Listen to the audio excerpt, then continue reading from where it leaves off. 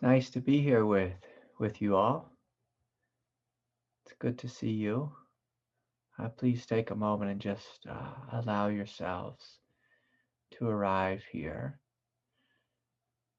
And I'm going to encourage you just to gently close your eyes and feel into the quiet presence of your heart.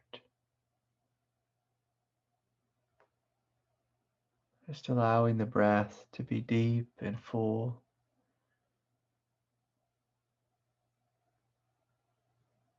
Allowing the shoulders to soften and drop. And simply imagining a wave of relaxation from the crown of the head to below the feet. And we're opening ourselves in a receptive way.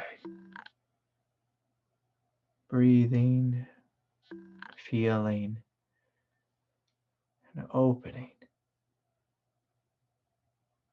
to the quiet radiance of your nature. So yes, very good. Just taking a couple minutes here and feeling that which is good, that which is holy about you. You can even smile and just think, oh yeah, I spent all day today, and I don't know if I ever acknowledged my divinity. But in this moment, we're changing that. We're realizing that what we are is vast, radiant awareness. And so if any of you are struggling with this direct experience, I'm going to encourage you, just take a backward step. Out of the pain, out of the story of being human, out of the character. Come into the space that can witness it all. The space that hears the sound of my voice.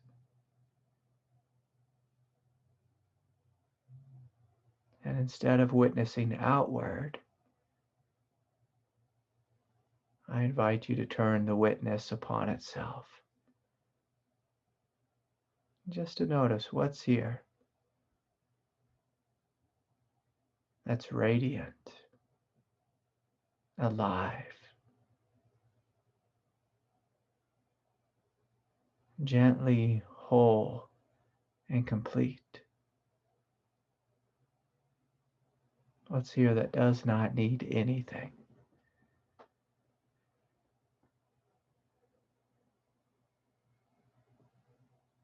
That's innately good and divine.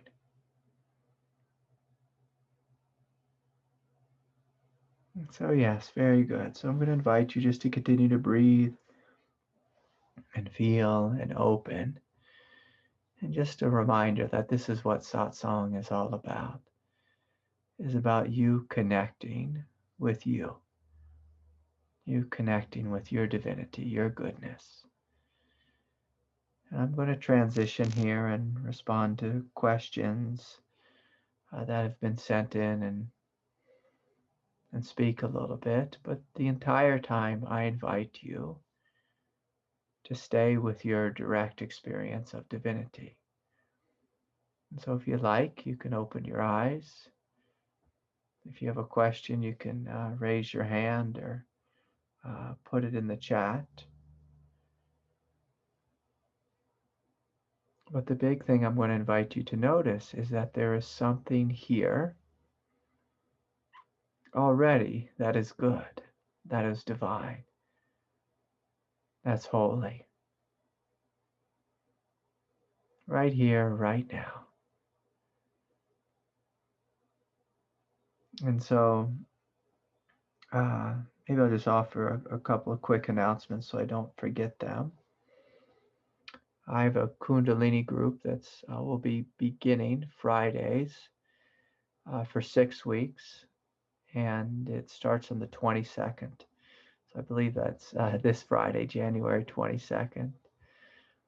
And it's an experimental group, so I'll just be testing it out a little bit. There'll be a time for people to come together and share a little bit about their experience, and I'll offer a short teaching and some guidance, and it'll be more of a support group. And so I just want to say that that's beginning this Friday. I'm trying to do some groups in the daytime for those of you in different time zones.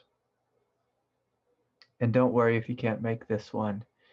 I'll offer another group in the future. Seems like I'm having to do more groups because my schedule, meeting with individuals, is so full into the future, so overbooked. I'll be doing more groups. So hopefully I'll be able to meet with more of you in the same amount of time. I did have a retreat scheduled, or tentatively scheduled, for the beginning of March, and I'm still looking into that. I ran into a couple glitches with COVID, in the sense that my daughter just got sent home from school for the next couple weeks, and so I'm just going to see how that plays out. So I need a little bit more time. And so we'll just hold that tentatively. If not the beginning of March, it'll probably be the beginning of April. I know this has been a crazy year for everyone, and so hopefully by June we'll be out of this mess. And like one comedian I heard recently speak, when we get out of this COVID thing, we'll be partying like it's 1999 again, so this too shall pass, this too shall pass. And this is actually a big thing I wanted to speak about tonight, is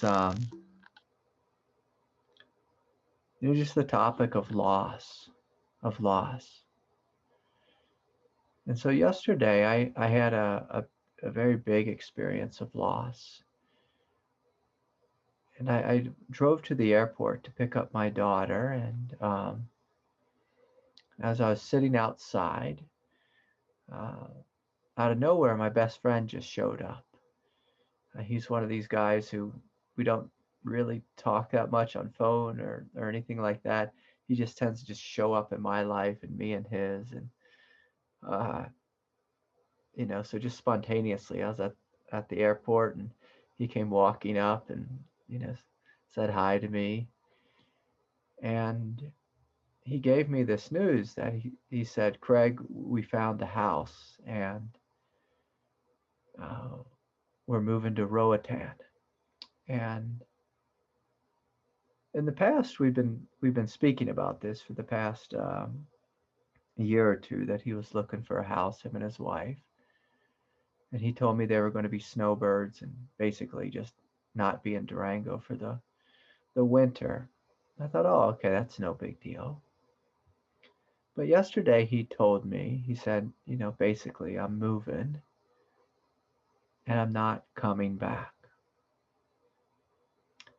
And it was at a very interesting moment because my older daughter just got off an airplane.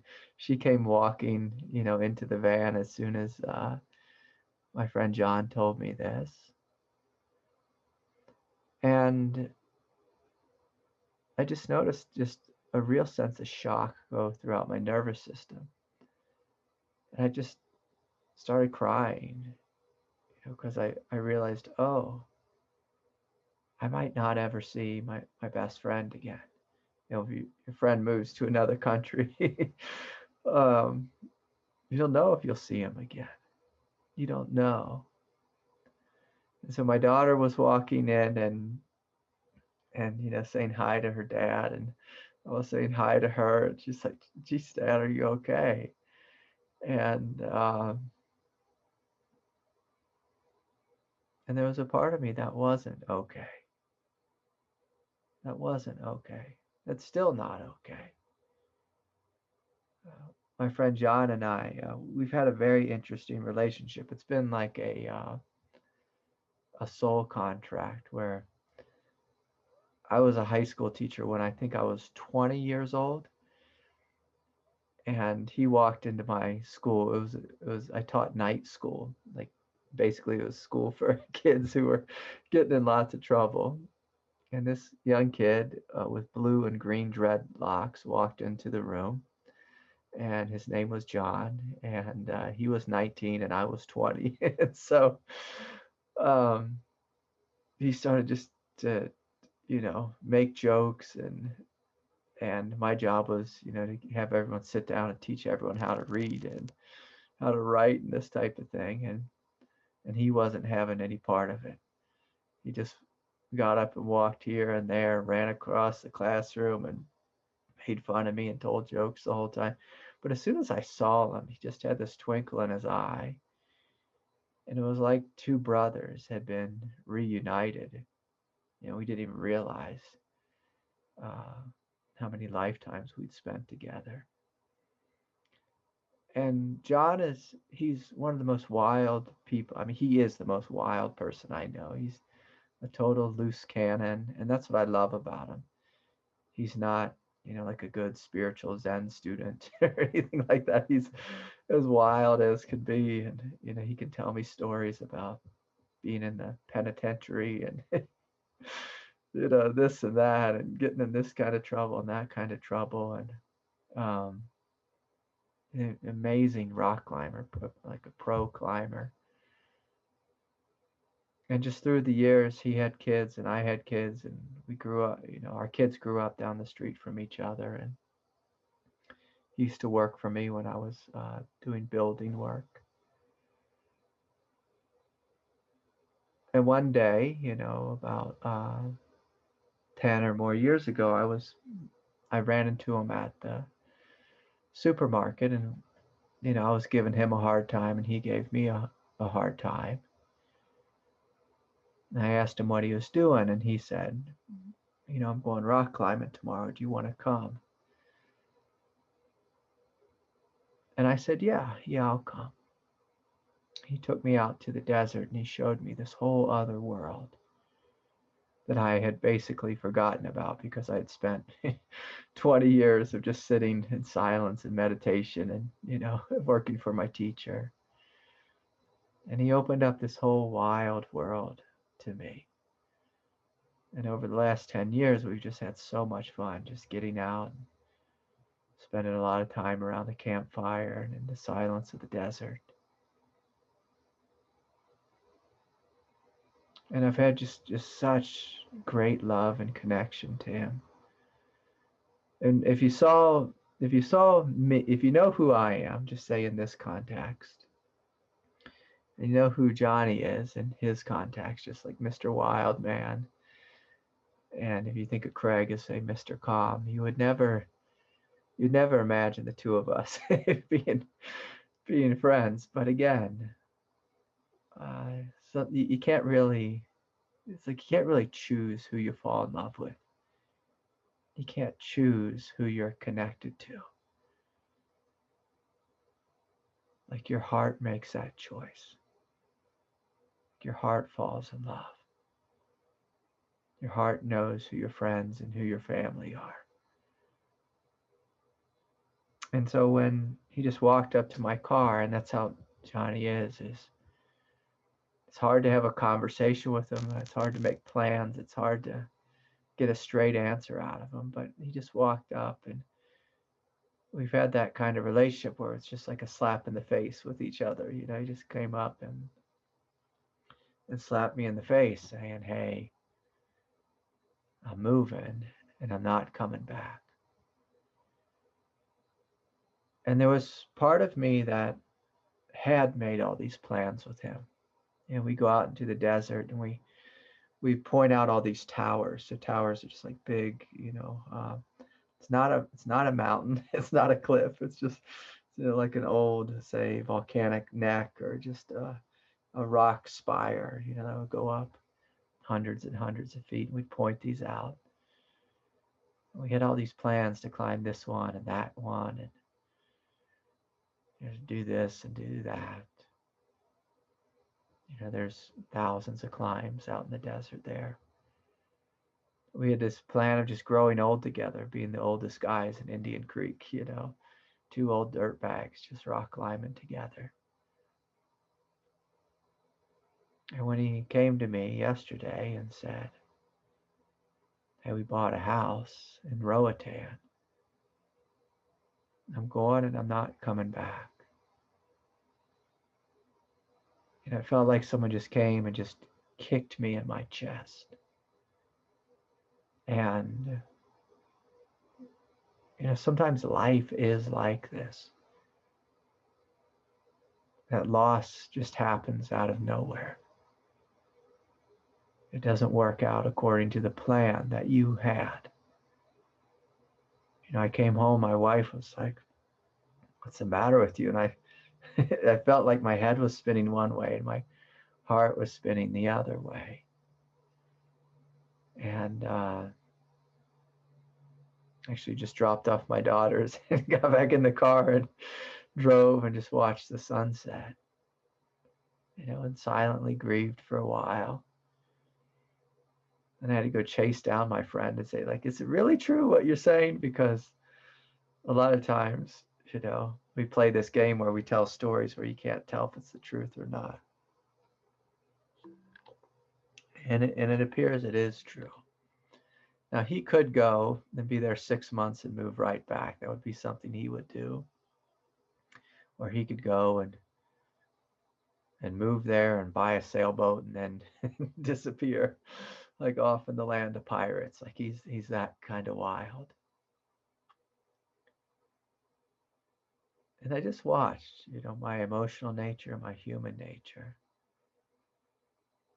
be devastated, be absolutely devastated. And paradoxically, because I'm also rooted in true nature, I know that I'm okay, I'm complete, he's complete, and I'll see him again one day, even if it's not in this lifetime. And one of the great ways that I've learned to work with loss is just to give yourself permission to grieve fully, to feel the pain fully, to let it all come up, all the thoughts, all the emotions, all the, quote unquote stories of the future, the plans of the future, to let it come and to feel the pain of it, in a sense, not working out, to feel it fully. And the trick is, when you have loss in your life, can you feel the grief, the sadness, the loneliness, the heartache, the despair fully, but not believe the story? And so this is a funny thing of validating that the future that you thought you were going to have with someone, validating the pain, in a sense, validating the story, but not believing that it had to be that way. So the ego makes up a conclusion. It goes into like what my ego did yesterday was, basically it said, like, it's over, like the friendship is over. You're never going to have that kind of fun anymore, that kind of experience. And anyone who knows my friend Johnny, he's like a 1 in a billion type of guy. He just is so wild and so loose and so like, I have lots and lots of friends, and so I'm no shortage of friendship. But there's just something about this fella that I only will get through hanging out with him. And so the ego is trying to make it like I was never going to have a friend again. I'd never enjoy life again. And so you want to watch out for those little things that come forward. They can be sneaky. The classic thing is if you break up with your girlfriend, boyfriend, partner, whatever, husband, wife. I'll never love again. Is the story of the ego. I will never love again. And that's not true. That's not true. And so we want to validate that you may not see or experience this friendship with this particular person, this love with this particular person in this lifetime in physical form again. We want to validate that. It's important to do that, to feel it fully and allow whatever tears and emotion need to come to come. And I've been amazed as a teacher at how terrified or how repressed most human beings are in regards to, say, the realm of grief. Now, me, I could be a professional crier. I could be on Hollywood. I could cry. Just show me something, a little something, and I could have tears that come forward. And that's one of the things that happens on the path is if your heart is open and if you can trust that it's okay to feel. It's okay to feel, whether it feels good or bad or ugly or painful. If you trust that it's okay to feel, like I will be okay. I will be okay if I open my heart and feel fully. But most people don't have this trust. It's been very interesting to me as they look at opening to something sad, which is necessary if you want to let it go, by the way. So this is very important here. So if you have sadness within you, you have to feel it fully in order for it to release from your nervous system. But a lot of people look at grief the same way they look at a tsunami. They see this big wall before them and they turn pale, but then they, just repress the grief back within them. If you do this in your psychological nature, if you do this repeatedly, you'll develop a neurosis of some sort. If you're always repressing your grief, or that which is sad, that which is out of control. If you repress the truth that the Buddha spoke about, that all life is impermanent. Things come and things go. That's the truth. If you repress that, you'll become quite angry and or anxious. And this anger and this anxiety will veil the direct experience of awareness. And so there's this basic math equation that happens. The more unwilling you are to feel is to the same degree that your awareness will be shut down. So if you're unwilling to feel, basically you're telling life, I'm unwilling to be aware. I'm unwilling to be awake. And so it's good to know the opposite is true. The more willing you are to feel and experience, the more awake and expansive awareness will become. Just a natural thing that happens. And so I thought I'd just share a little bit, about my human life. And I like to share times when, it appears, that, say the character Craig is suffering. So a lot of people project on me that I don't have feelings and this and that. And I can assure you, I have more feelings now than I've ever had. More feelings now than I've ever had. And there's this idea that, the more awake we become, the less feelings we have. And it's not true. The more awake you are, the more you feel, the more you experience, more inclusive your nature becomes. The more shut down you are and closed off, the less you'll feel. The less you'll feel. or you'll just feel like one thing, like anger or despair. And so, anyways, I think it's important. I think it's important for us just to remember that loss is a part of life. Now, in a funny way, I like to think of loss as a part of something that happens in one lifetime.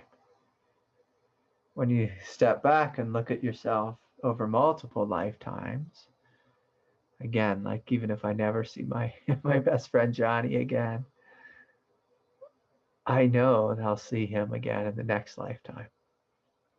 I'll see him again in the next lifetime. I know that. I know I'll see him in heaven. I know that. I know that our souls are intimately connected. And when you live long enough and when you open long enough and when you begin to see people on the level of soul, you can grieve the fact that you may not see them again in this lifetime, but you surely will see them in the next lifetime if there's someone significant, if there's someone significant to you. And so, any true love, uh, if they leave you or it doesn't work out, they run off and get married to somebody else. Don't worry, the two of you will have another chance next time. Next time. I can assure you of this. So, anyways, um, loss is a part of life, but when you step back and see it big picture, you realize, oh, some people you can't get rid of. They'll just be with you. They'll be with you in different form, different costume. So anyways, I just thought I'd share that. Okay, so I have a bunch of questions here, and let's see here. I think Zoom is changing their format a little bit, so uh, I see Richard has a question, and I'm going to remind everyone Richard's really good at asking questions. I'm going to see if anyone else has some questions as well.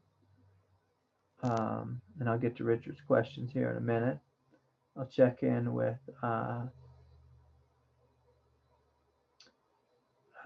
some of the other folks here, and they're sending me love and hugs.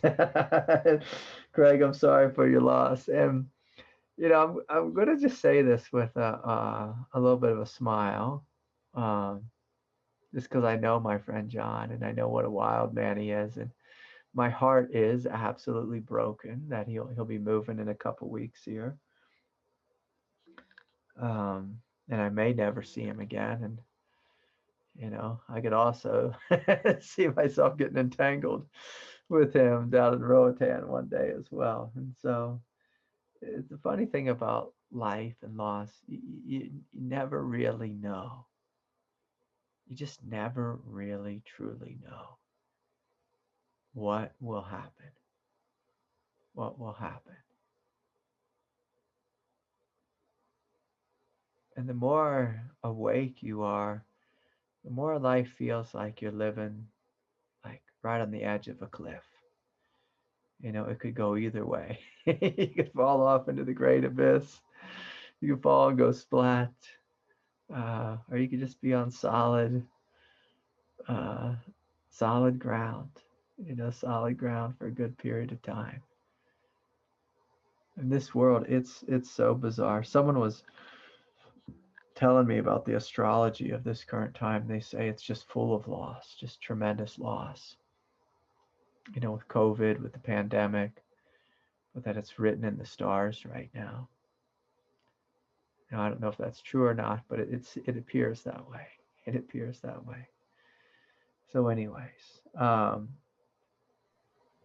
Hey there. hi. Hi. Um, yeah. Thank you for your story, by the way. That resonates very deeply with my life. I feel like I came with a question and then got it answered, and then I just generated another one. But it was perfect. It was perfect. Good. Um, and so, anyways, on a similar vein, I did just somebody who I was intimately involved with, a love that I've just never experienced before. Suddenly gone, shifted, Yeah. and absolutely appropriate, absolutely aligned for it to shift in exactly the way that it has. Yeah. Indeed, I am also grieving the loss of that intimacy and that love and yes, and the future that I had created in my mind and in my Yeah. heart. That's kind of what I want to ask about.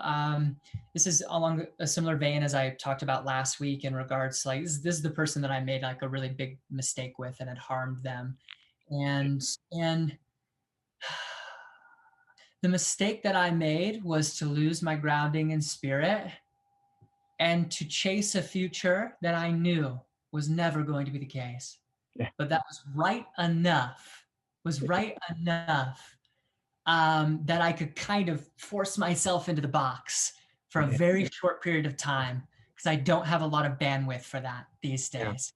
But it was strong enough. I haven't done this for years. For years, it was strong enough for me to be able to do that. So my question is really around kind of like karma, like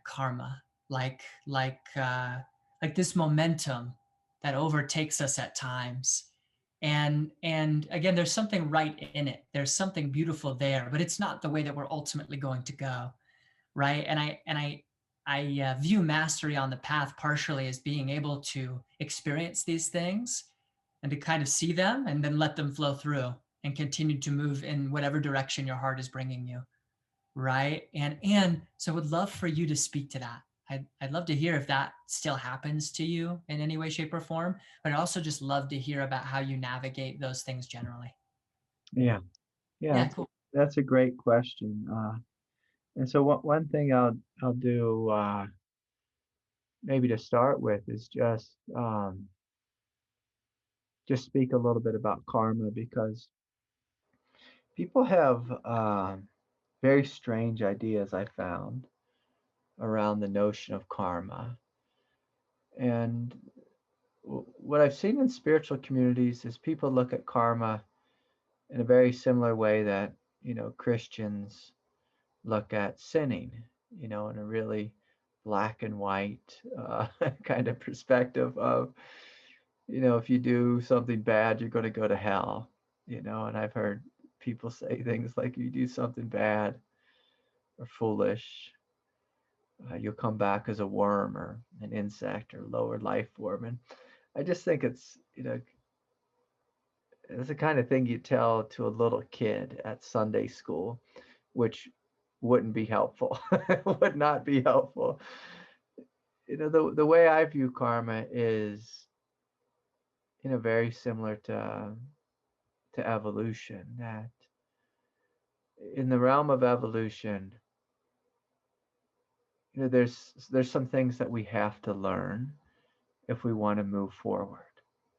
Like the first fish, or the first, say, amphibian, before it walked on land, it had to, it had to come up out of the water a little bit, and its little proto lungs had to burn a little bit when it breathed the fresh air, and it had to sit on the beach and get sunburned a little bit, and then it had to run back to the ocean and say, that's too hot up there. And so karma, to me, I think is very much like that we have these steps that we need to make in this lifetime. It's kind of like uh, we have a soul. Our soul has a growing edge, an evolving edge. And when we're up in heaven and we're looking at incarnating, in a sense, God gives us a list of like, hey, here's a couple major things you need to work on. And so I'm going to send you down there, and these are going to be the things that you grow through. And in a real sense, that's what our karma is. the things that we need to grow into, and things we need to outgrow. So some things we need to outgrow, other things we need to grow into. And outgrowing is oftentimes just our old egoic habits that we picked up from our ancestors, maybe from previous incarnations. And I don't even like to think of karma as in any way bad, but it's kind of like if you're in the 8th grade, you certainly don't want to be doing 7th grade work or 6th grade work or 5th grade work or kindergarten work when you're in the 8th grade. You want to be doing 8th grade work and looking forward to your 9th grade work. And so it's this just a movement of growth, a movement of forward transformation. And basically, we're growing out of, our animal nature, we're growing out of human nature and into greater expressions of our divine nature. And so, the question was, I think the question was like, Craig, do you experience karma? And it's like, oh, absolutely, 100%. 100%. There's all kinds of karma. There's the karma of a spiritual teacher. There's a karma of a spiritual community. There's the karma of my family.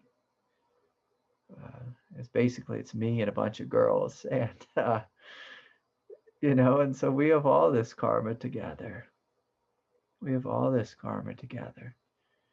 If you ask any of my girls what they think of, Dad or or of Craig, they don't think he's some perfected, enlightened being. They're like, oh, he drives us crazy. He's got all these stupid jokes. He's always playing around, and his head's in the clouds, and he's not always there for us. And so, I have all kinds of karma.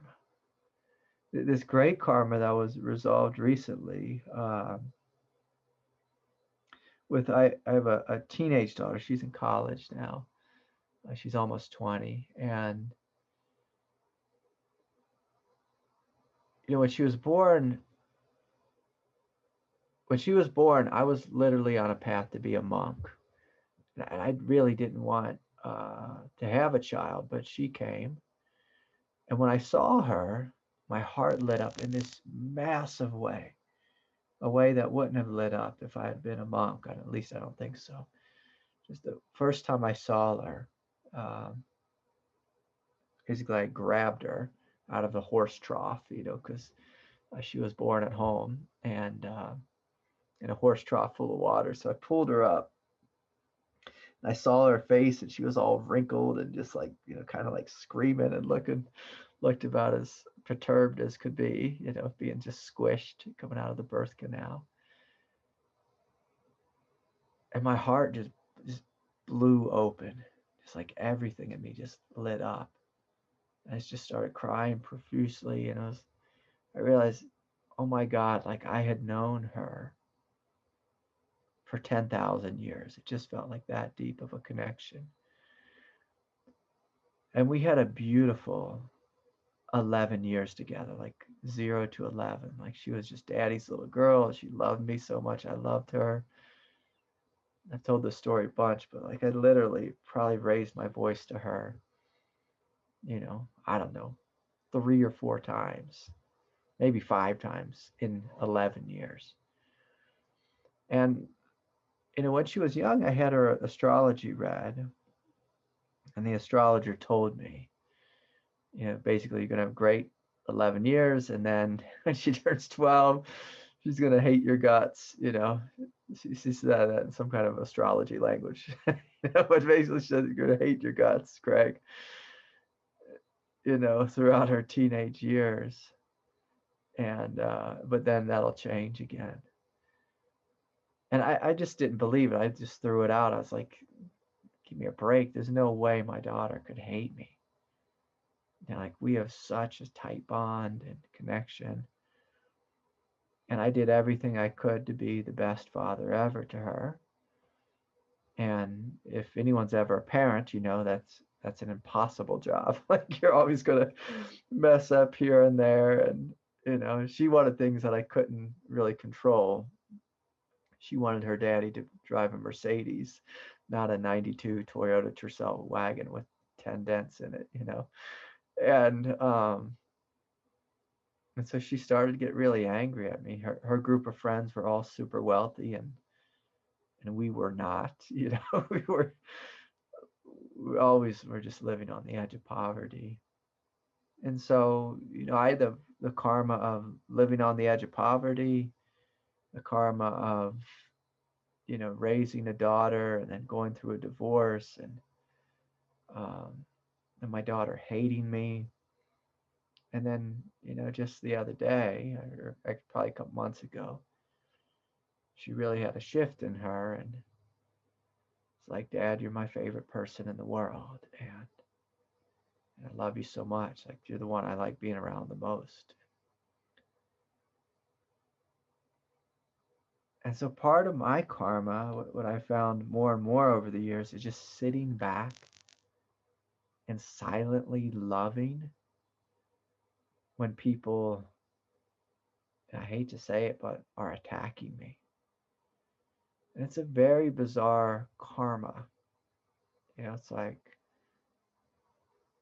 I'll say this, is that I've been a punching bag for at least a decade for multiple people here on planet Earth.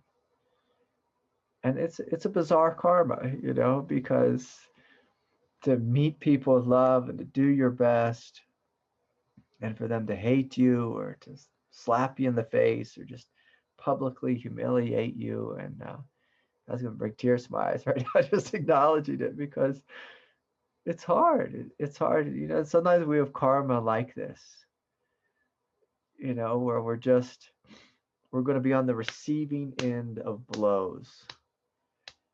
And I want to be clear, I'm not trying to say that I don't do harm. Of course I do harm. I mean, if you get in your car and drive in the summertime, there's bugs outside. I mean, it's like you cause a genocide just of harm, just driving your car from point A to point B. Yeah, I do my best not to cause harm, try to cause as little harm as possible. But sometimes you have to stand up and say no. Sometimes you have to fight back. I hate to say it, but I'm going to, there's times when you need to punch someone in the face and say, hey, you can't hit me, you can't attack me, you can't do that to my children or whatever. You can't take my country, or like in the case if like if you're a Palestinian or something. And there's times when we have to fight back. And that's part of this world. That's part of life here on planet Earth. Like there's no way to get out of here as just a really soft-spoken saint floating on a cloud. Like that's not the kind of world we live in. It's not the kind of world. Sometimes you'll take a job and that means the other person won't get to have that job. But when you step back far enough and you look at with karma, you see that there's a divine intelligence behind it all. That whether you're the victim or the oppressor or the middleman or middle person or whatever, it's like God set the whole thing up. God put the whole trajectory, the whole show in action. And from one perspective, you can't do anything wrong. From a different perspective, you can do a lot wrong. A lot wrong. And that's the great paradox here.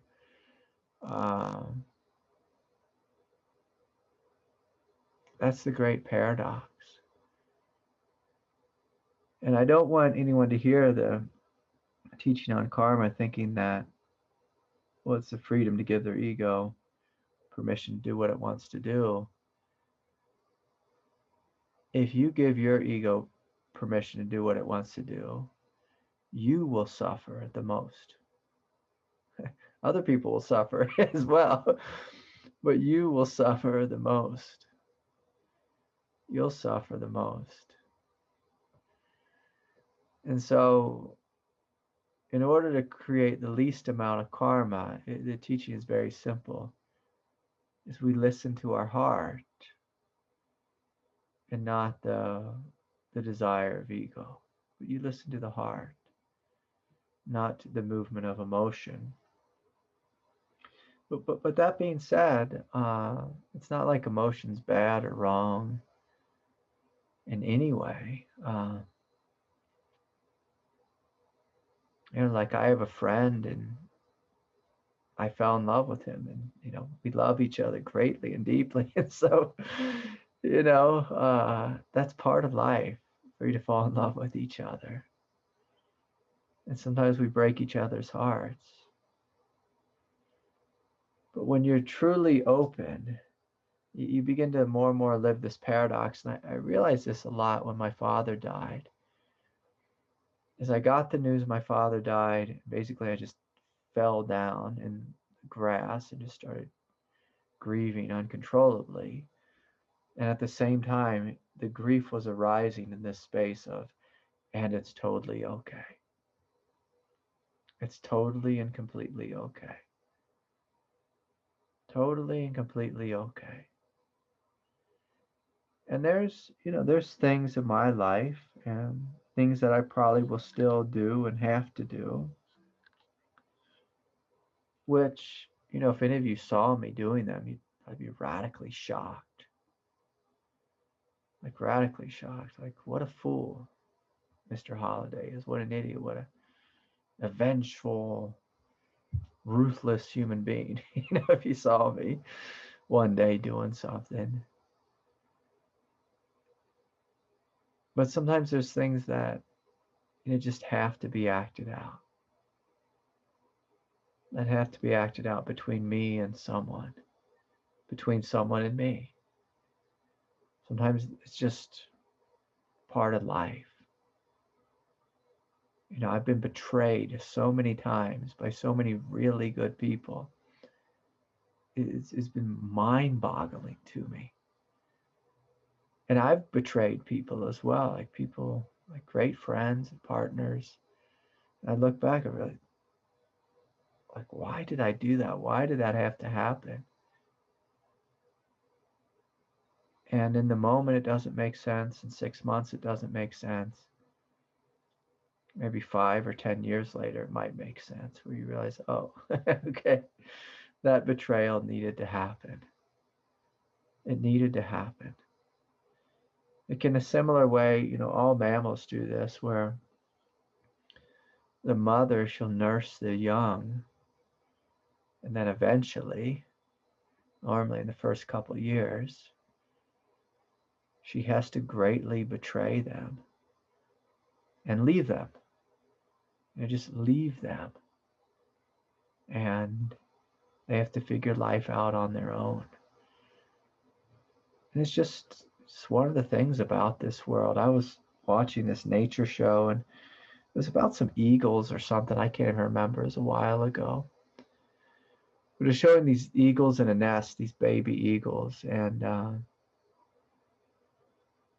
the mother, I think, would go out and get some food and say she had 3 babies. Out of the 3, one of them would be the biggest. And the biggest one would push the other 1 or 2 out of the nest, basically kill the other one. It's like, my God, why does that have to happen?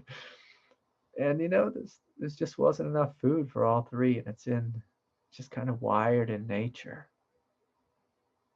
That sometimes we have to betray each other, we have to hurt each other, harm each other.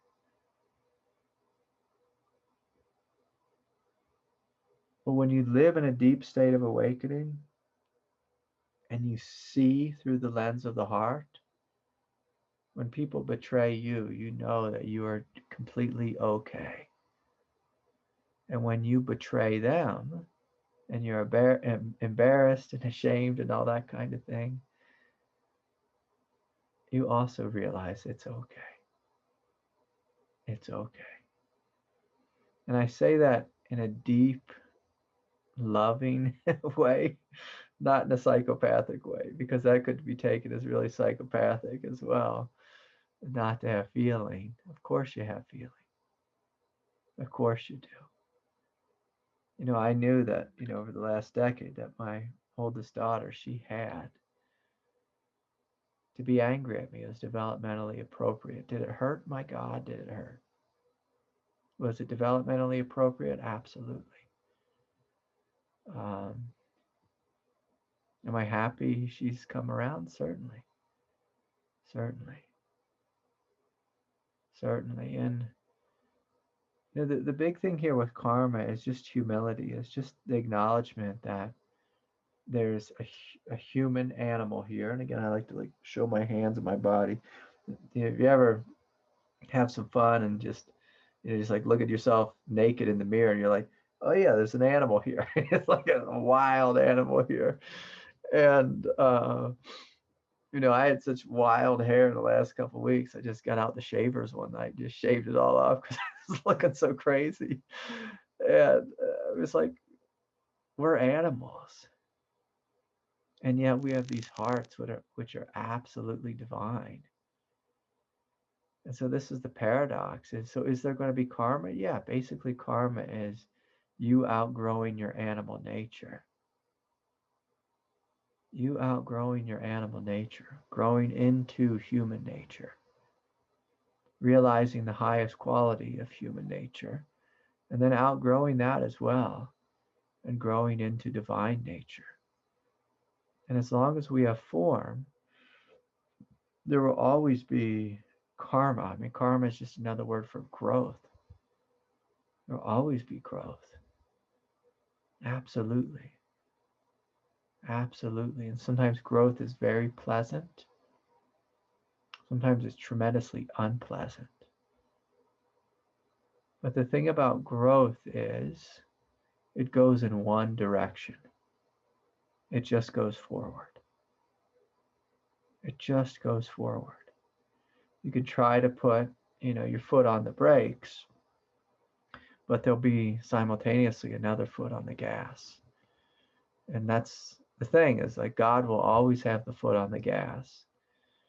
And sometimes God will even use you to say the wrong thing to somebody else. Sometimes God will use someone else to say the wrong thing to you. Like whenever we're in an intimate relationship, it's like intuitively we know where all our buttons are, we know where all their buttons are. And basically our buttons are our karma buttons. It's like let's poke each other's buttons and we're going to start speeding this growth thing up. And again, that can be very unpleasant. And the more unconscious we are, the more unpleasant it is. The more conscious we are, the more we're still going to feel the growth. But there's going to be a deep trust there that it's okay. It's okay. Whatever happens, it's okay. Because I know what I am innately, and I know what I'm growing into relatively. And so, anyways, I hope that was helpful. Yeah. Good to see you, Richard. Yeah, let's see. David, do you have a question? Let's see here. Yeah, am I unmuted? There you are. Yeah. Yeah. What's up, Craig? So, I always, I've really been, I took a few days to really try to connect with my heart. And I was in this mode, like, yeah, like I'm like so unconditionally loving, like this is, whatever. I was like, nothing's gonna get me out of this. Yeah. And as soon as I thought that, I knew like right away, like, oh no, life's gonna throw something. And Yeah. so I remembered this, I was at just the skate park with my nephew, and just this like thought passed by. I was like, wait, like I remember back in the day, I saw this video of this yogi guru guy. He's quite a trendy guy on YouTube. And you know, yogis can say all kinds of things, but he was like, yeah, like I generally avoid like anahata sadhana. Like I don't, you know, like I don't have people like really focus in their heart space. And I was like, that just what? Like that's just the most why? Like that, you know, and he had his reasons, of course. Like I rewatched the video. He was like, oh, you know, like people can hear like the sound of like the bell or something. And if, you know, and I was like, this just seems like the most loving space. Like Yeah. I don't see any. Yeah. So I guess my question is around like, okay, so I don't know, maybe just like people just have different paths and perceptions and views, and maybe almost like I used to be real into nutrition. It's almost like you listen to this one nutrition guy and he's like an expert, and he says like all this stuff. He's like, oh, I've helped all these people and look at me. Then you got these other people and like they say the exact opposite thing. It's like, what? Like, I Yeah. don't know. Yeah. I feel like connecting with my heart is definitely the way to go. Yeah. But I was like, what? Like, what? I don't know. What do you maybe think about that? These Yeah. different maybe spiritual people that say very different things and have very different vibes and Yeah. whatnot. Yeah. Yeah. No, that's a good question, David. So different teachers and different lineages come here to planet Earth, and they come to offer uh, basically a teaching from their realm. So, say for example, the big thing I've seen this in is say in the realm of Western Buddhism. You know, the big teaching container and lineage is Spirit Rock. And for me, I've studied under the Spirit Rock lineage. I found great support from the teachings, but the transmission, it's just not for me. It makes me just want to, you know, fall asleep. And so I just don't, I don't get excited about it. I've studied it, you know, quite well and thoroughly. And basically they're offering, you know, a transmission of mindfulness, clarity, and peace. And it, you know, it's a very spacious realm. And again, it's not a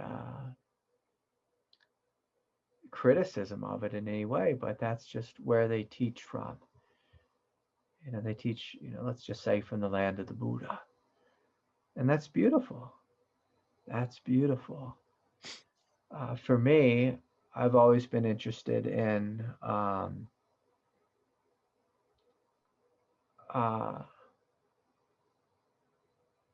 you know, the experience of radiance, the experience of light, of love, and a more holistic approach of I want there to be peace, I want there to be massive love and freedom, and this depth of strength, and of course a deep connection to God. And so that's the realm, you know, that I open to, and that I teach from, and that I experience. And this is one of those things where you just have to follow your heart. And for people who are more mentally centered, they tend to resonate with the realm of, say, like a yana yoga, just more, you know, mentally centered or peace centered. It tends to be more exact and precise and precision, and have just lots of peace and expansiveness. People who are more feeling centered, they tend to be uh, more excited about a heart path. And so you have to look at, well, what do I want out of this incarnation? What do I want? What feels true to me? And to follow that, to open into that. The other thing is I like to turn the question on its kind of on its head, turn it upside down, and just see what God brings you. And when God brings you something good, your heart lights up. It's almost like it claims you. So with my path and my teacher, um, they claimed me. Like when I was young, I had a deep connection with Christ, and I had a deep wanting to know God and enlightenment and freedom and this type of thing. But when I met my teacher, he was actually looking for me, which was an interesting thing. Is he was looking for me. He was praying for me, called to God. And, I showed up at his house. And so it's a funny thing. It's kind of like, it's funny you talk about skateboarding, David. Like for me, if I look at a football, I'm not excited about a football in any way. But I've spent many years on a skateboard. Like I just grew up on a skateboard, and it's like the skateboard just called to me. And so you have to listen to your heart. You just have to go with what feels true to you. Different teachers will tell you silly things to kind of get you on their path or in their way of thinking. I mean, maybe I even do that sometimes as well. It's just a human bias. Is just like political parties. We tend to think we're right and this is the only way. I try not to be pushy in any way, but rather just ask a person what they want. Or just notice if they keep showing up, there must be something here that their heart is resonating with. And so don't let a teacher ever tell you something that doesn't feel true to you. I encourage you to do what you did and just question it. And say, like, for me, any teaching that lacks heart or a connection to the heart, for me, I'm just going to say this, and again, I hope it doesn't sound judgmental, but that cannot be the truth. For me, the highest truth is love. For others, the highest truth is peace. I like to honor them all. I like to have love, peace, strength, light, grace, compassion, and joy. I like to have it all because we're multidimensional beings. And for me, I want to experience, everything, the fullness of everything. So anyways, Dave, it's good to have you here today. Thanks for sharing. Yeah. Okay, yeah, I'm looking at the time and I'm realizing I better get on with it. I have a lot of questions here. Here's a question. Hi, Craig. How do we let suffering transform us, not disform us? What's the difference between suffering that transfigures and suffering that disfigures? Boy, that's a big question there.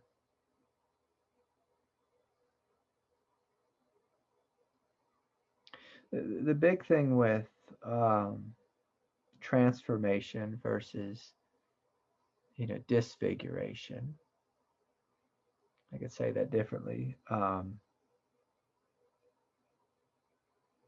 But the big thing with transformation is a willingness to open to pain, open to your karma, open to what's before you.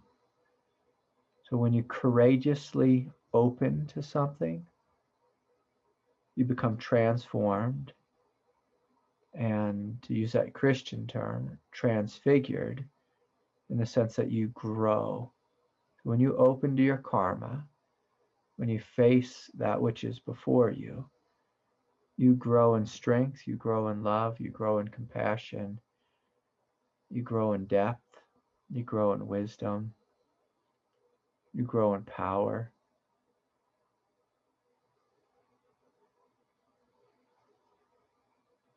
And I don't actually believe that anything will disform you. I don't believe that anything can destroy us. Now, of course, there's things in this lifetime that can crush us and mangle us and really mess us up psychologically and harm our ego and wound us and harm our body. And so there's things that can really mess us up, of course. But ultimately, I just have this way of being where I see everything on a soul level. And on a soul level, all of us are undergoing radical transformation. For some of us, it's very slow transformation. For others, it's really fast.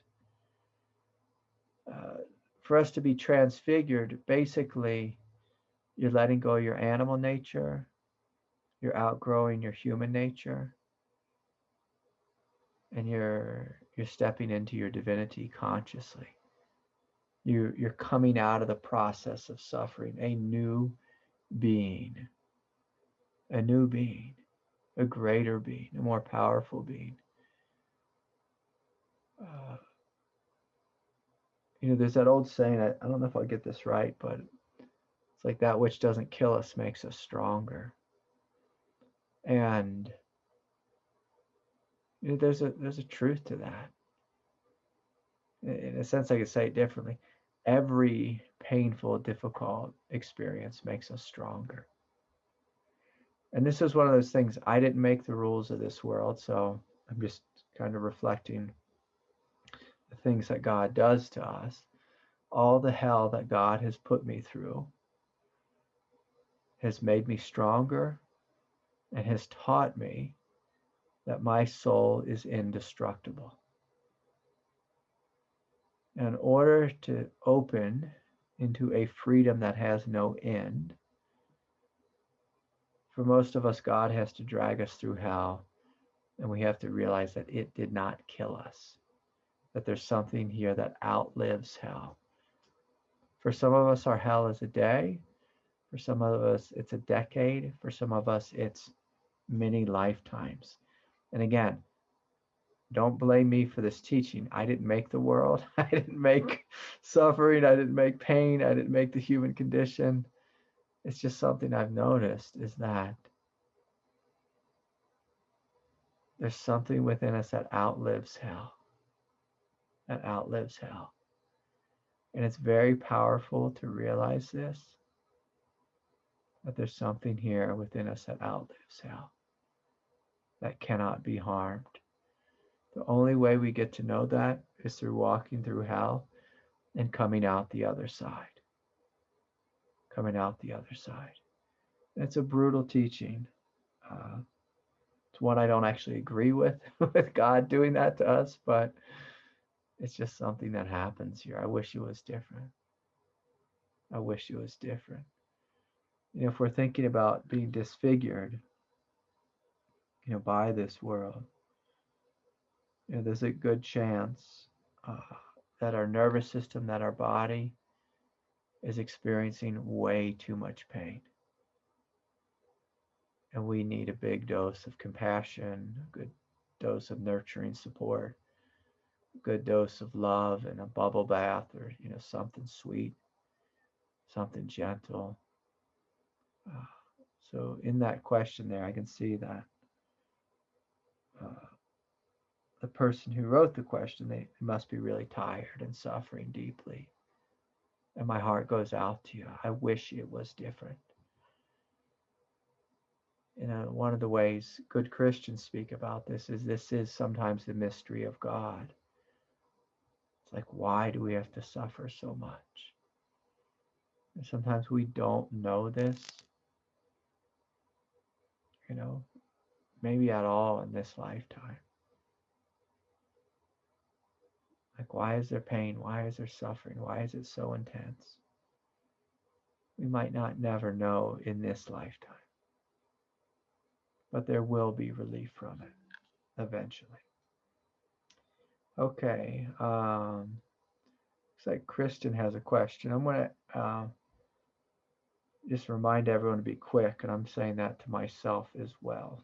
So let's see if we can get Kristen here. Kristen, can you unmute?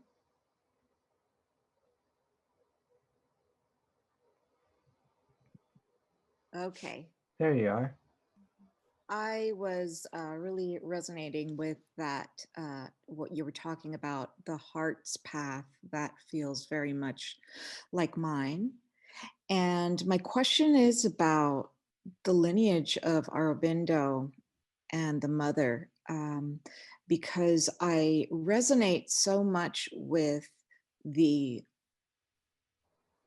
a path of service and devotion to the world or the planet. And at the same time, so I really resonate with Aurobindo's perspective, but I find myself having difficulty plugging in on that heart-centered way with his writings or what he said, as well as even with the mother. And I'm new to this path, but I wanted to know if you could speak a little bit more Yeah. about that. Yeah. Yeah, that's actually a great question. It's funny, and I've said this often about Aurobindo, is he was trained at Oxford, and he was probably, one of the brightest people, most intelligent, if not the most intelligent individual who's ever walked the planet. Just had a brilliant mind, and it really comes forward in his teachings, especially in his writings. It's like I have all these Aurobindo books, and they are ridiculously hard to read because one sentence is like a paragraph. It just goes on, and it's so full, and it's really eloquent and this and that. And it's hard to feel, a connection with the heart because, in a sense, my mind has to work to just read what he's written and to understand it fully. The thing that really was a turning point for me in response to your question is when I went to visit the ashram and Aurobindo and the mother's Mahasamadhi. Basically, that's their grave site. And it's in this little courtyard. And I walked into the courtyard, and it was radiant love, ridiculously overwhelming, powerful, blissful, intoxicating, radiant love. And I can't remember when Aurobindo died. It might have been sometime in the 1950s, but so it's many years since he'd passed on. And I went and visited, again, this little courtyard with the grave, and my heart just couldn't contain it. It's like I could almost not sit there because there was so much love there. So much love. It was ridiculous love. Just so brilliant. It felt like they have this description of, say, in yoga, the 10,000 petaled lotus, just overflowing. It's like giving birth to light and bliss and freedom. And it's a funny thing because when I read the writings, I wasn't necessarily experiencing that. And I happened to be there on his birthday, and on his birthday, they opened the door to his bedroom, where he lived. And he lived, I think, in silence for the last, I think, 19 or 20 years of his life. And so, in a big procession, we got to file by and just kind of get a little glimpse of his bedroom. It was the same thing with his bedroom. It was just like this brilliant love pouring out of it. And again, he had been dead for 50 some years. And so that just really touched me. And the amount of love that you have to have to do this path, because basically a big part of this path, it is the ultimate service, is you're inviting God to come down into your body to live through you in your mind, your emotional nature, and your physicality. So every aspect of your human being, you're putting it on the altar to be transformed so that something greater can flow through you so that you can serve the world. So it's the opposite of, I want to become enlightened and sit in a cave by myself and just have the experience of bliss for myself. It's, I'm doing this for life. I'm doing this for the world. It's very similar to being a parent. It's like you give everything to your kids. You just give and you give and you give. But in this sense, we're plugging into this grace, and then the giving is flowing through you. And, in regards to service, Aurobindo at the ashram at the time when, him and the mother were alive, they did just tremendous work, with the poor. They did tremendous work with creating education and schools and organic gardening and creating in a sense, they tried to create like a utopian society called Aurobindo, and they were really trying to give birth to something greater, a greater way of being and living in the world.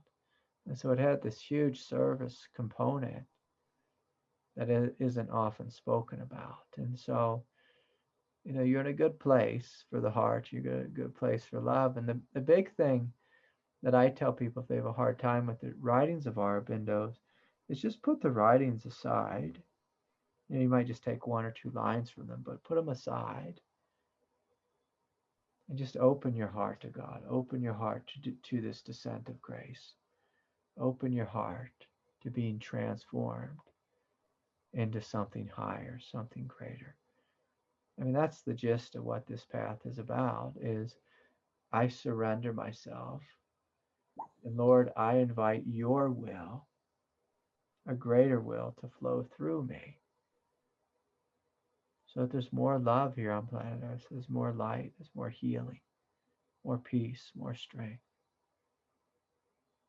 And so, I encourage you just to look at it that way. And a lot of times people like to study and they like to read a lot because it helps to focus the mind.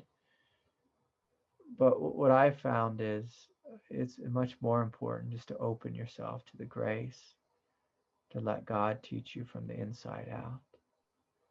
Let God be the teacher, not some words in a book, but let God be the teacher and show you what's next, show you what's now, and blessing you in this moment. So anyways, beautiful question, Kristen. Yeah, so nice to have you. Yeah. Well, good. Let's see. Okay, let me see if I can get to these questions here. It's from Lisa. She writes, oh wait, no, this is a different question. This is from Frida. Craig, could you please talk about boundaries and how to handle people with invasive energy? I've spoke about this a lot, so I'll probably be quick with this question. Boundaries are very important on the path, and the way I look at boundaries is in a similar way to looking at discipline. And so it's important to be disciplined with yourself and your time, and of course your space. I encourage you, if you're going to learn to meditate, don't try to meditate first on the subway. Meditate from the comfort of your own home in a quiet space, a peaceful space. And so you set boundaries by closing the door and helping to create a sense of silence in the room. This is important in the beginning. And so if you have difficult people in your life who are, I'm going to use the word unhelpful people, as long as you have to set boundaries with them, sometimes you have to say no. One of the hardest things for my wife to do is to say no to our daughter, say no to anyone. She has trouble saying no. And then people walk all over you. And so you need to know how to say no. You need to know how to say yes to God. And sometimes we say no, for example, to drugs and alcohol. We say no to too much cake. We say no to, too much coffee and, this type of thing. We say no to things that are unhelpful. So if people are invading you, they're invasive, and they have invasive energy, they're difficult people, say no. Put up a boundary, close the door. Don't call them back. If someone's texting you and they're being just sending you negative energy, just stop texting them. You don't have to engage. Sometimes you have to walk away. Sometimes you have to block someone. And so it's important to have boundaries so we can progress on the path. The big thing is we want to do boundaries from a place of strength, not from fear. So you tell someone no from a place of empowerment. When you say no, from a place of fear, then you're actually kind of giving into fear and reinforcing the fear in your body. And so in order to set a boundary first, I encourage you to get in touch with your strength and your power, your Buddha nature, and then from this place say no.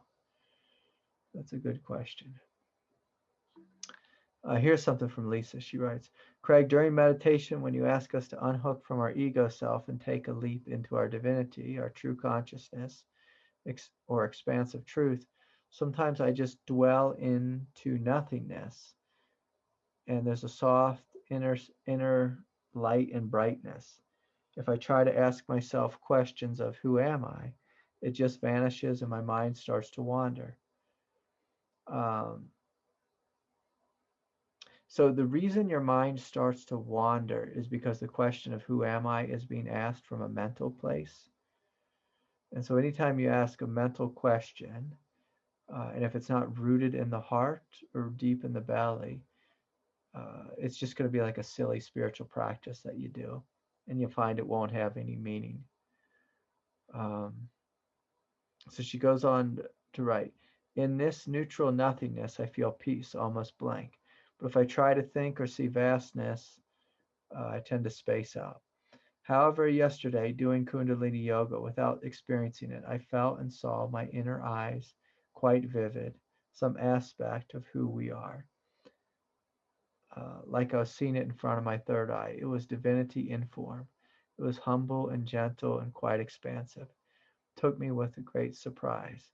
I guess if I had been suppressing it in meditation because I don't want to see any kind of form, it had a distinctive deity form. Okay, so the question took a turn here, and basically, Lisa, you got a sense of what could be called your true form, your deity form. We're a good Buddhist, we might call this your Vajra body. And so the bottom line is when you're meditating, just go where the energy is. So if your heart is calling you into the peace, go into the peace, despite whatever the teacher is saying. Just go where your heart takes you. And you'll find in the path of meditation and the path of you going inward, there's going to be all kinds of worlds that open up. Some will be completely empty and void-like. Some will have form. Some will have no form. Just let it come to you, whatever comes. You don't have to go seeking or grasping anything, but just let the truth present itself. I mean, there's times when I've seen myself as, a mountain, as a volcano, as the sky, as a deity, as an angel, as, supreme nothingness, void, peace, bliss, compassion. And so you'll find more and more that the experience of what we are is limitless the more you open. So just keep opening and experiencing. And if I ask a question that doesn't resonate, just let it die and stay with your experience. The reason I do ask questions is because I'm trying to point people into directions or realms perhaps they don't notice. A lot of people meditate just in their forehead, just like right up here.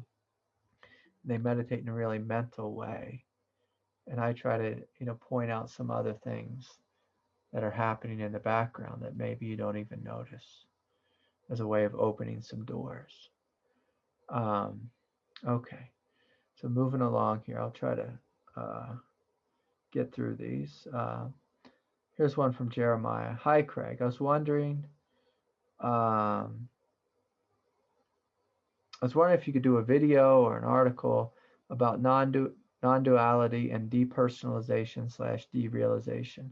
Someone who used to be a spiritual seeker, I normally enjoy my life now from the foundation of being or presence. But there's one thing that trips me up. A couple of weeks ago, I woke up and had a terrifying experience where there was no identification in me whatsoever.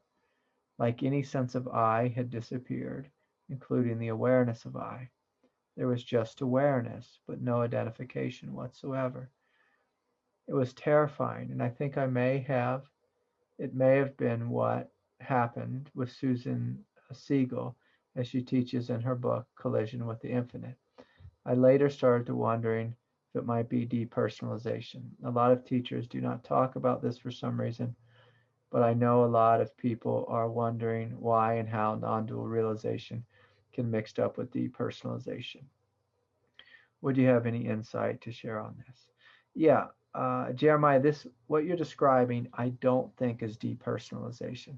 Depersonalization often way I like to think of it is uh, if you couldn't find your heart in your body in a psychological sense, like if you couldn't find your emotional heart in your body, like you couldn't, if you no longer had a sense of your emotional heart, that's really what depersonalization is like. Uh, there's no real feeling there, no real feeling. The funny thing about it is for a lot of people, the feeling they do have is terror. And it's often terror because they're disconnected from their heart. So it sounds like what you were experiencing was either you had a glimpse of stepping into the void, a very empty void, or you had a glimpse of the experience of no self. And this is one of the ways no self can show up, is where you feel, again, I'll read what you wrote, uh, as if there was no identification here whatsoever, that there was no I. And I can remember one day I was just, going along, and it was as if Craig disappeared, the character Craig. It was as if anything separate from me disappeared, that there was only this one thing. It's like the inner world and the outer world completely imploded into each other. There was no God, there was no nothing. It was a very strange state to be in. I would have been happy to be dead, been happy to be alive. It seemed as if birth and death were happening simultaneously all at once, just imploding into each other. And it was like everything was stripped away. The past, the future, just everything disappeared. All notion, any connection to God, a personal God, any inner worlds, all disappeared. And this went on for almost a year and a half in me. It was very confusing. The times it did open and shift is when I was teaching. So if I taught, different worlds would open up, but all the time when I wasn't teaching, there was just nothing. Like zero experience, no experience. It was like the absence of experience. And it was really bizarre. But I didn't get scared of it in any way. God has taken me in and out of so many different states of consciousness and ways of being, that in a very fluid way, I just go with it. And that's one of the definitions of enlightenment, is just to be fluid and allow yourself to flow into whatever God is giving you. So it could be a definition of ego as well. It's just going with whatever feelings come in your way. But this is something different, is where you just open and you allow God to show you something. And if there's fear there, it's simply your body telling you that there's something there that does not trust. And so a great question I like to ask is, if something like this is dropped in your lap or dropped in your mind or your life, I always ask, well, God, what's the purpose in this?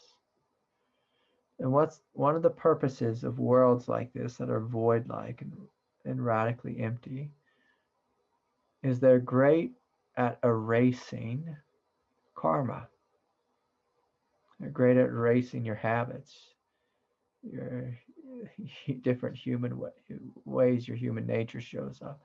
It's a way that can erase neurosis and erase aspects of self. And it can be very frightening for people, but if you trust that God is taking you, or life is taking you, intelligence is taking you to somewhere good, then it's not a problem. It's not a problem. And for me, I just tend to have ridiculous trust in God. And so if God throws me something, I ultimately have faith that it's going to take me somewhere, even if I don't understand it. So Jeremiah, I hope that was helpful. Okay, here's a question. Hi, Craig. I wanted to reach out to you. This morning I was doing my morning meditation ceremony. I was standing up, and then I felt this crushing energy filled me, and I thought I was going to puke. And I blacked out and came to on the floor. I'm all good, but I haven't had anything like this and wanted to make sure that this is healthy. I've never thought about Kundalini before, but I've been reading some stuff on your website, and it seems like perhaps this was a Kundalini episode, but it also has me curious about, she writes Lyme, this Lyme, like Lyme disease episode, that could this in fact be symptoms related to Kundalini? I thought I'd ask. So a lot of times when people have chronic illness or ongoing illness, or what I call mystery illness, such as Lyme disease, Epstein-Barr, that's one I struggled with. If they've, strange viruses or pain or this type of thing, you can read online and you could come up with all kinds of diagnoses. You could say, well, this all meets the criteria for Lyme. Also could meet the criteria for Kundalini awakening or Kundalini activation. I've worked with a lot of people who've gone back and forth between the two of these. The thing I like to think of is it's also possible that it could be both. So if you have a lot of energy rushing up your spine, that's pretty standard Kundalini stuff.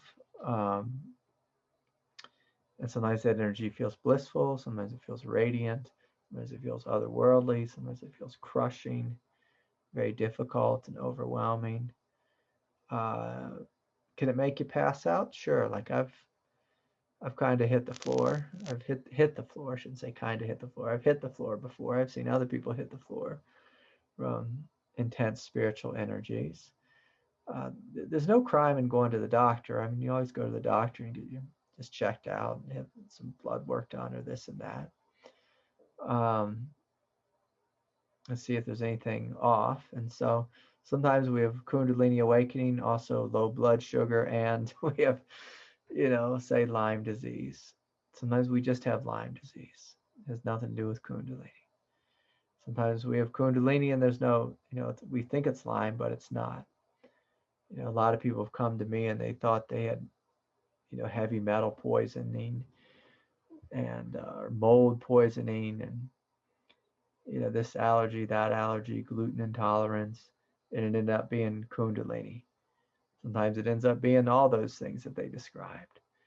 The big thing is if it's energy, you breathe into it, you let it flow. If you're getting physically sick, you go to the doctor or the naturopath or, do some more research and see what it is, see what's happening in you. And again, there's always the possibility of both. Like I had chronic back pain. I had, because I injured my back through years of just doing extreme sports and working too hard. I had Epstein-Barr because I got mono that just didn't heal. And I also had Kundalini awakening. And so those were three separate things, but they all interacted pretty negatively together. They all interacted. They didn't work well together. And so I had to do, sometimes God takes us through a healing crisis. And so the good news is if you have a lot of energy flowing in the body, I always say, well, that's good. That's good. That says you're opening. Things are happening. People get freaked out if a lot of energy starts flowing at once. For me, I always see it as a good thing if there's tremendous energy and light and overwhelming feelings or terror or anxiety coming up. To me, it's all coming up to be loved, to be healed, to be released, to be integrated. And so the more energy, I say the better. But it goes back to that question about transformation versus being destroyed by the path is we need to grow in strength to be able to embody these very forces. So, anyways, hope that was helpful. And also, it can be good to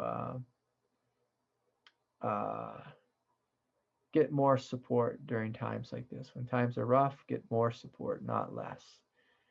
And so, a lot of people don't experience intense physical stuff. So, if you don't have any of this, don't be freaked out. Don't think you need to go through it. For some of us, like me, I had to go through very physical difficulties. And this is another way, like back to Richard's question on karma. Sometimes things are simply worked out physically. And of course, that can be very uncomfortable, really mess up your life plans. It can be, you spend a lot of time in bed, which I've done on a couch or laying in the yard. So sometimes karma is worked out in divorce court. Sometimes it's worked out in car accidents. Sometimes it's worked out, through living through chronic pain and illness. Sometimes it's just burn up, these types of ways. Sometimes it's burn up through you uh, just sitting quietly, meditating, and opening your heart. And so these are all ways. So, anyways, okay. Let me just check over here Facebook real quick. I'll see if I do my best to wrap it up in the next couple minutes here.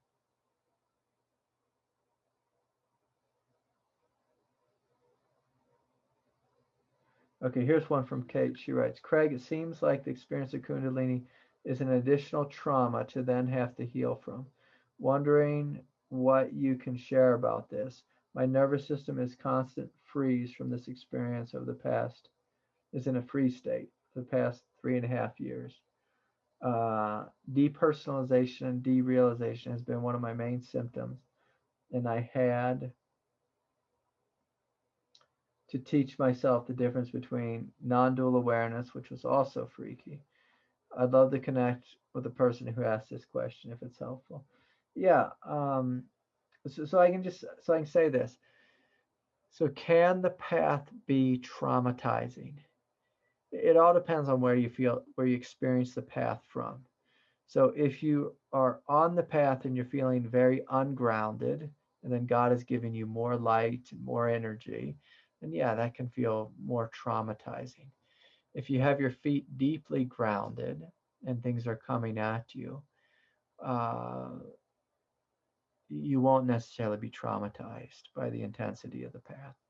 And so trauma often happens, I'm going to just say in this context, if we're ungrounded and we have lots of energy that's flowing into us and we don't understand it, we don't have absolute trust, we can feel traumatized by, in a sense, by what God's doing to us. If we have great faith and our feet planted on the earth and we're connected to the strength of our being, there's going to be less trauma, maybe no trauma at all, but it can still be difficult. It can still be difficult. I hope that was helpful, Kate. Kate, I have a Kundalini group starting on Friday if you want to join us. That might be something that could be helpful if you have a lot of Kundalini stuff still going on. So, anyways, I think I did my part. If I missed your question at the end here, please resubmit it for next week. So much love to each and every one of you. While we still continue to go through this silly pandemic, I encourage you to be safe, to open your heart, don't fall into despair. And please do your friends, your families, your neighbors, and yourself a favor. Share your light in this world in any way you can. Share your light. So much love to all of you. Thanks everyone for your generous donations and support. It's really helpful for me and making this broadcast happen. Take good care, everyone. Good night. Bye for now.